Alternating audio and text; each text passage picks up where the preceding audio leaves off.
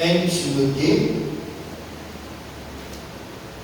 chapitre 2, verset 1er.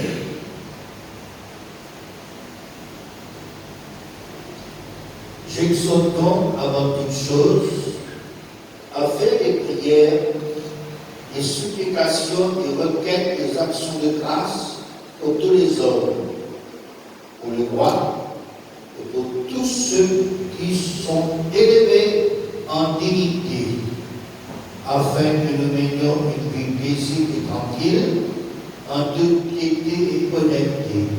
Cela est bon et agréable devant Dieu, notre Sauveur, qui veut que tous les hommes soient sauvés et parviennent à la connaissance de la vérité. Car il y a un seul Dieu et aussi un seul médiateur entre Dieu et les hommes, Jésus-Christ homme, qui s'est donné lui-même en rançon pour tous. Comme c'est là le témoignage rendu en son propre temps et pour lequel j'ai été établi prédicateur et apôtre. Je dis la vérité, je ne mens pas, chargé d'instruire les païens dans la foi et la vérité. Je veux donc que tous les hommes prient en tout lieu, en élevant des mains pures, sans colère ni mauvaise pensée. Amen. Amen. L'apôtre Paul qui vient d'écrire cet épître à ce jeune serviteur de Dieu qui appelle Timothée, et l'apôtre Paul on considère comme un expert dans la vie chrétienne et aussi bien dans la prière, qui fait un expert dans la vie chrétienne et dans la prière, parce que Paul c'est celui qui vient d'écrire la majorité des épîtres. Et dans ce même épître, il parle beaucoup en ce qui concerne la vie chrétienne et aussi bien sur la prière. Dans ce verset qui nous fait prendre pour lecture, Paul lui exhorte nous avant toute chose de faire des prières, des supplications, des requêtes, des actions de grâce pour tous les hommes. Amen. Il dit avant toute chose, faire des prières, des supplications, des requêtes, des actions de grâce. Ce qui montre que sa priorité, Paul, c'est la prière. La prière pour tous les hommes. Est-ce qu'il y en a le temps pour prier pour tous les hommes? Même dans du monde qui ne nous pas connaît. Le temps peut-être Paul, quand Paul de telle personne, vient nous prier pour lui. Est-ce qu'il y en a le temps pour prier pour cette personne-là? Est-ce que Paul a le temps pour prier, pour faire des prières pour tous les hommes? Paul, l'apôtre du Seigneur, c'était un homme quotidien et même trop occupé. Nous aussi, frères et sœurs, nous sommes occupés par l'activité de tous les jours dans la vie. Quand même ces activités, Paul, quand nous lisons chaque partie des épîtres, chaque commencement des épîtres, il priait pour tel, il priait pour tel, il priait pour. Il n'est pas cesse de prier. C'est pour cela qu'il dit avant toute chose, il dit avant toute activité, il fait un devoir pour prier pour tous les hommes. Paul nous capable d'utiliser le ministère de la prière, dans l'intercession, dans la supplication. Et maintenant, il exhorte à ce jeune serviteur de Dieu Timothée et à nous aussi.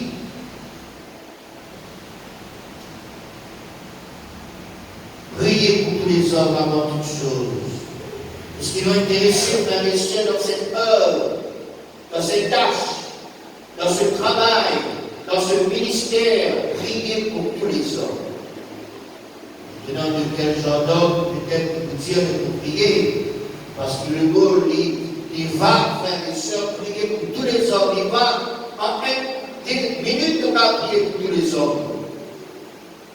Parce qu'il va.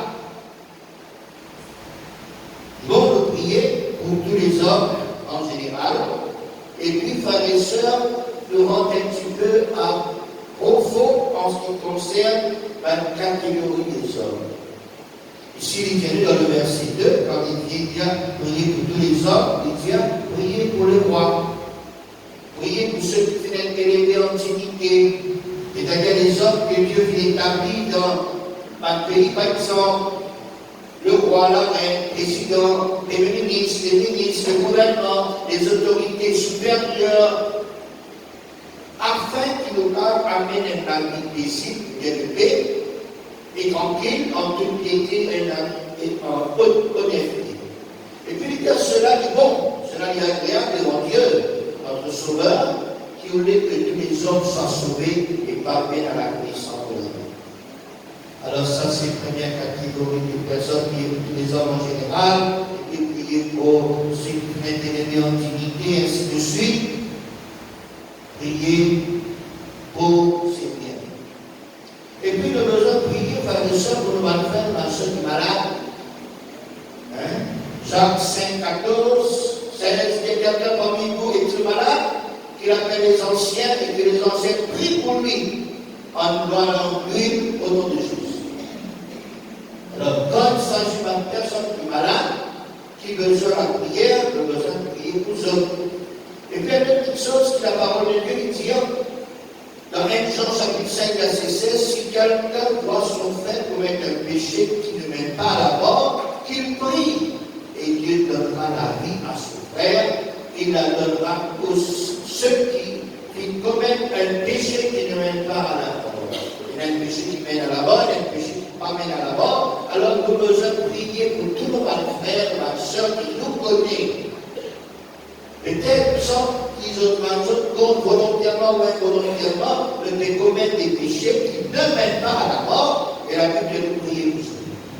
Pas là pour juger, pas là pour imposer les uns contre les autres, mais ce qui est important, c'est de prier pour que le Seigneur capable de délivrer les autres et le Seigneur qui a libéré les autres.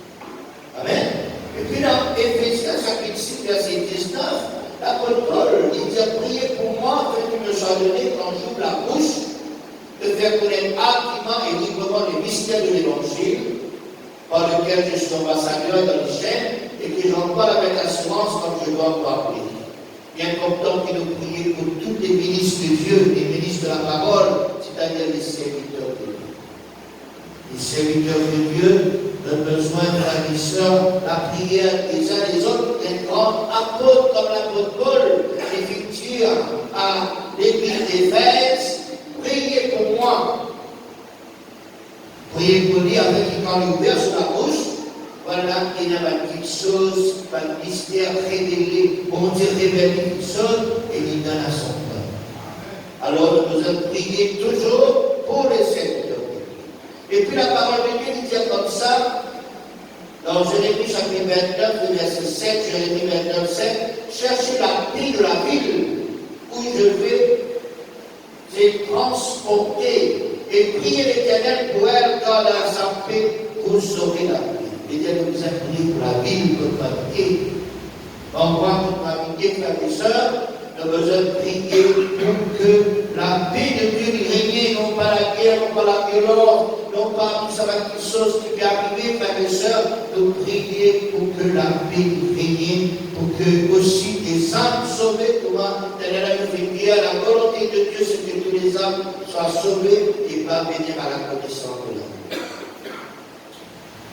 Et puis la Bible nous, Matthieu 5, 44, aimez vos ennemis, bénissez ceux qui vous maudissent, faites du bien à ceux qui vous haïssent, et priez pour ceux qui vous maltraitent et qui vous persécutent. Nous devons prier pour ceux qui maltraitent nous, qui outragent nous. Nous devons prier pour ceux qui persécutent nous. Pas le malheur des autres, non. Priez pour qu'ils soient capables d'avoir le salut des autres. Priez pour qu'ils soient capables de se viser ouvert, frères et sœurs. Par exemple, sur le cas, c'était un grand persécuteur des chrétiens de l'église primitive. Certainement, l'église, il priait, et le Seigneur, frères et sœurs, fit montrer à Saul de Tarse, pas pour persécuter les chrétiens, mais pour persécuter Jésus qui est venu. Sans qu'ils se disaient ouverts, ils vont continuer à persécuter, pas de chrétiens, mais certainement, un chrétien qui peut prier, bon Dieu vient ouvrir, disait Saul de Tarse, bon Dieu vient faire connaître, c'est moi qui te persécute. Amen. Ainsi nous devons prier pour ceux qui persécutent qui outragent nous, qui maltraitent nous, afin que nous soyons capables de connaître avec qui nous prions d'enfer, ce n'est pas avec nous, mais c'est avec Dieu. Parce que la Bible est comme ça, celui qui touche un enfant, avec tous les yeux de Dieu, ça nous permet d'être tous les yeux de et non plus, frères et sœurs, Dieu par les personnes prend les lois de tous ceux les yeux, de façon de parler, et le Seigneur va agir. Amen. Et puis la Bible nous comme ça, Romains 10, 1er, toujours Paul le dit, frère, le vœu de mon cœur et ma prière pour eux, c'est qu'ils soient sauvés. Eux-là, c'est Israël, les habitants d'Israël. On a besoin toujours bien d'Israël, parce qu'Israël est toujours, frères et sœurs, le peuple de Dieu.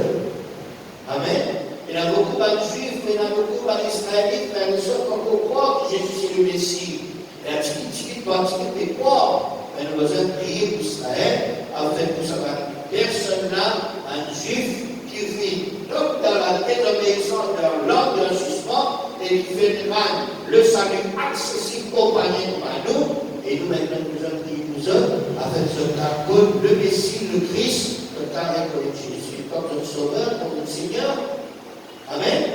Et puis, frères et sœurs, 1 Chronique, chapitre 29, verset 19, donne aussi un cœur intègre à Salomon, mon fils, pour garder les commandements, les témoignages et les statuts, pour exécuter, pour bâtir le palais que je te parle. Nous avons besoin de prier pour nos enfants. Ici, cette parole donne un cœur intègre à Salomon, mon fils.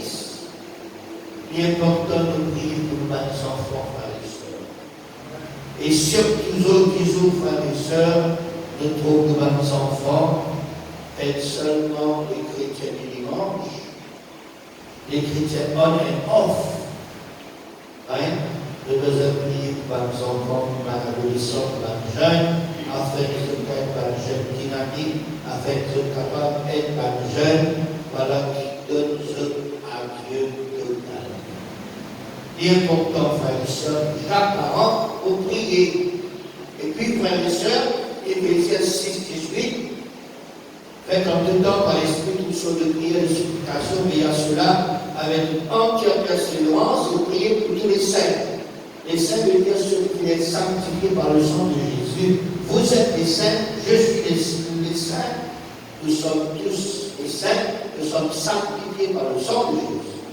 Les saints, ce sont les vivants, les vivants, pas ceux qui mourent, non. De prier pour tous nos frères et nos sœurs qui sont encore vivants, de prier pour qu'ils, bon Dieu, frères et sœurs, qui continuent vers son œuvre dans la vie du Seigneur. Et puis finalement, Psaume 106, verset 4 et 5, Éternel, souviens-toi de moi, de ta bienveillance. Ô ton peuple, souviens-toi de moi, en les attendant ton secours, afin que je voie le bonheur de tes élus, et que je me réjouis de la joie de ton peuple, et que je me glorifie avec ton héritage. Nous nous prions pour nous-mêmes. Priez pour nous tous, nous connaissons nous-mêmes, nous connaissons personnellement. Dieu connaît nous, même que les uns et les autres pas connaissent nous, mais Dieu connaît nous-mêmes, nous connaissons nous-mêmes. Nous avons besoin de prier Dieu, nous avons besoin de demander son secours, nous avons besoin de demander son aide, nous avons besoin de demander pour qu'il y ait intervenir dans la vie. Amen. Est-ce qu'il nous prie, frères et sœurs, comme Paul vient faire, comme Paul exhorte pour prier pour tous les hommes, pour les rois, pour ceux qui viennent d'aider leur vérité, et pour tout ça va personne, ça va catégorie de personnes qui nous félicitent avec la référence biblique. Si nous prions, frères et sœurs, si nous prions, nous continuons de prier, nous promettons des hommes, des femmes, des jeunes gens, des jeunes filles de prière dans cette assemblée, dans cette génération. Et Dieu demande, les intercesseurs, Dieu demande à une personne qui peut prier. Au temps d'Ézéchiel, Dieu fit demander quand c'est la personne, dans les temps, Dieu fait demander encore, est-ce qu'il y en a un, au moins 2, au moins 10, au moins 100 qui pourra prier, tenir la brèche pour prier pour que Dieu agisse pleinement. Si il y en a un, s'il y en a 10, s'il y en a 100, s'il y en a 1000, voilà. Nous pouvons parce qu'il n'y en a pas intercession. Et sans la prière des uns des autres, frères et sœurs, ne pas pour ce qui nous gagne, c'est la victoire avec la prière de l'Église, avec la prière des serviteurs de Dieu, avec la prière des uns des autres, en même temps ceux qui peuvent prier bénis, en même temps ceux avec qui nous pouvons prier, avec pour qui nous pouvons prier, c'est aussi de nous bénir. Amen.